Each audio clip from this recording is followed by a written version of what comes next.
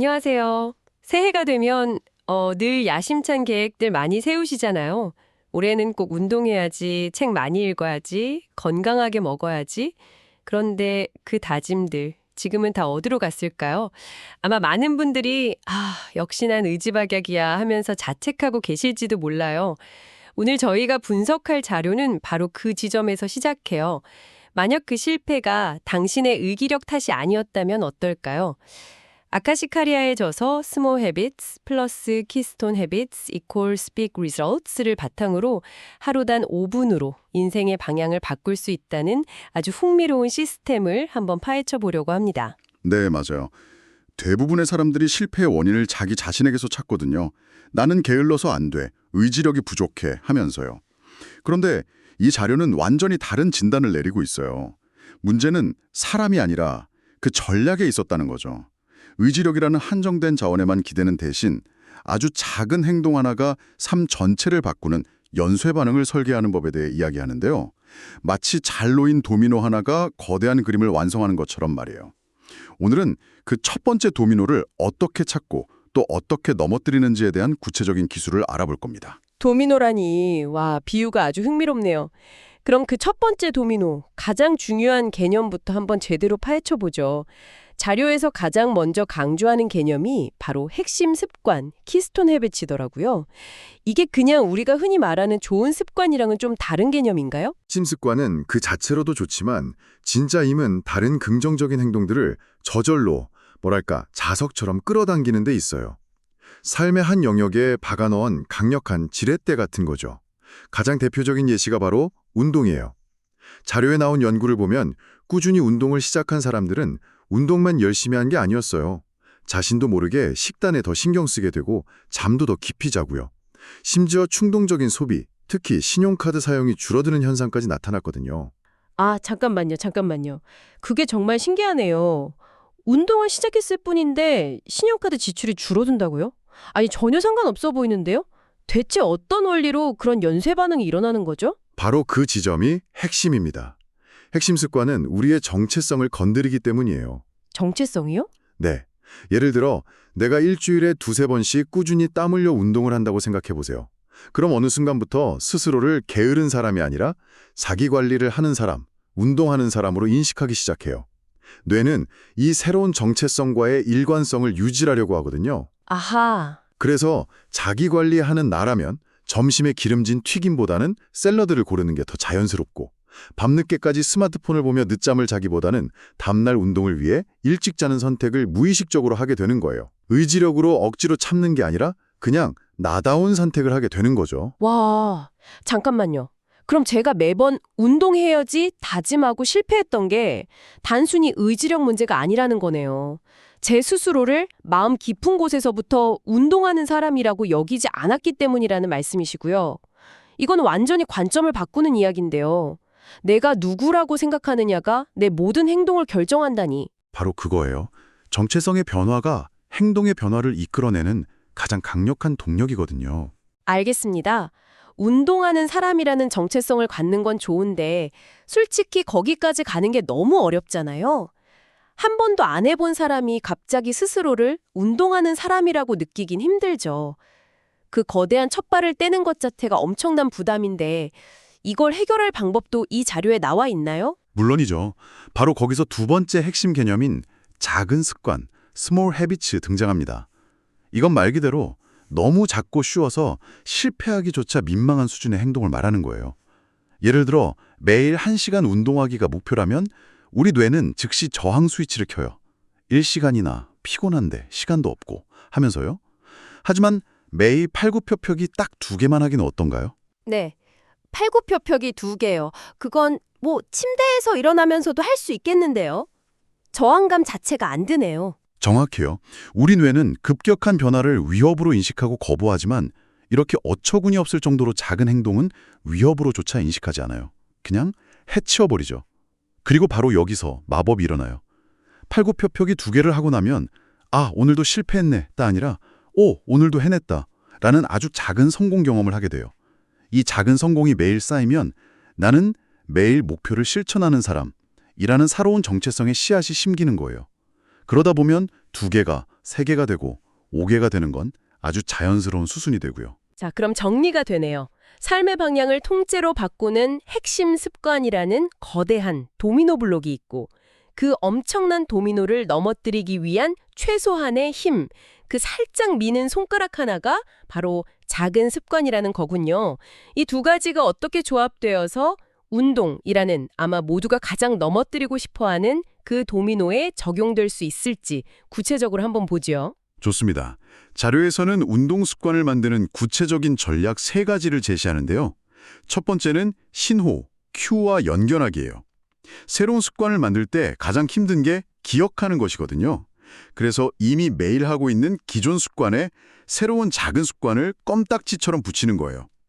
예를 들면 아침에 양치질 하고 나서 바로 스쿼트 5개 하기처럼요. 양치질은 어차피 매일 하니까 스쿼트를 해야 한다는 사실을 억지로 기억해낼 필요가 없어지는 거죠. 아, 습관에 습관을 덧붙이는 거군요. 저녁 먹고 설거지 끝내자마자 팔굽혀펴기 2개 하기 이런 식으로요. 그런데 사실 커피 내리다가 갑자기 점핑잭을 하거나 양치하다 말고 스쿼트라는 게 좀 우스꽝스럽게 느껴지진 않을까요? 오히려 이게 뭐 하는 짓인가 싶어서 더 하기 싫어질 수도 있을 것 같은데요. 하하, 아주 현실적인 지적이세요. 그래서 두 번째 전략인 즉각적인 보상이 중요해요. 우리 뇌는 굉장히 단순해서 어떤 행동을 했을 때 즉시 즐거움을 느끼면 그 행동을 또 하고 싶어 해요. 신호, 행동, 보상, 이 고리가 완성되어야만 습관으로 저장되거든요. 운동의 가장 큰 문제는 보상이 너무 나중에 온다는 거예요. 건강이나 멋진 몸매는 몇 달 뒤의 일이잖아요. 그렇죠. 그래서 인위적으로 즉각적인 보상을 만들어줘야 해요. 보상이라면 뭐 운동 끝나고 초콜릿을 먹거나 하는 건가요? 그건 좀 앞뒤가 안 맞는 것 같은데? 거창할 필요가 전혀 없어요. 아주 사소한 만족감이면 충분합니다. 스쿼트 5개를 끝내고 나서 속으로 오늘도 해냈어. 나 정말 대단한데 하고 스스로를 힘껏 칭찬해 주는 거예요. 아니면 제일 좋아하는 신나는 음악 한 곡을 듣는 것도 좋고요. 그 작은 즐거움이 뇌에게 이 행동은 꽤 괜찮은데 라는 긍정적인 신호를 보내는 거죠. 중요한 건 운동 직후에 바로 연결하는 겁니다. 스스로를 칭찬하는 것도 보상이 될 수 있군요. 이건 뭐 돈도 안 들고 바로 할 수 있겠네요. 그럼 마지막 3번째 전략은 뭐죠? 환경 설정입니다. 행동을 가로막는 아주 작은 장애물이라도 전부 없애버리는 거죠. 운동해야지 마음먹었는데 운동복이 빨래통에 있거나 아령을 창고 깊숙한 곳에서 꺼내와야 한다면 아마 대부분은 에이, 내일부터 하자 하고 포기할 거예요. 그래서 자료에서는 아예 물을 채운 물병을 아령 대신 눈에 잘 띄는 곳에 두거나 책을 가득 채운 배낭을 운동기구로 활용하는 아이디어를 제시해요. 도구가 없어서, 준비가 안 돼서 라는 핑계를 원천봉죄하는 거죠. 와, 정말 현실적인 조언들이네요. 시작을 아주 작게 기존 습관에 연결하고 끝난 직후에 스스로를 칭찬해주고 마지막으로 핑계댈 수 없도록 환경까지 세팅하는 것.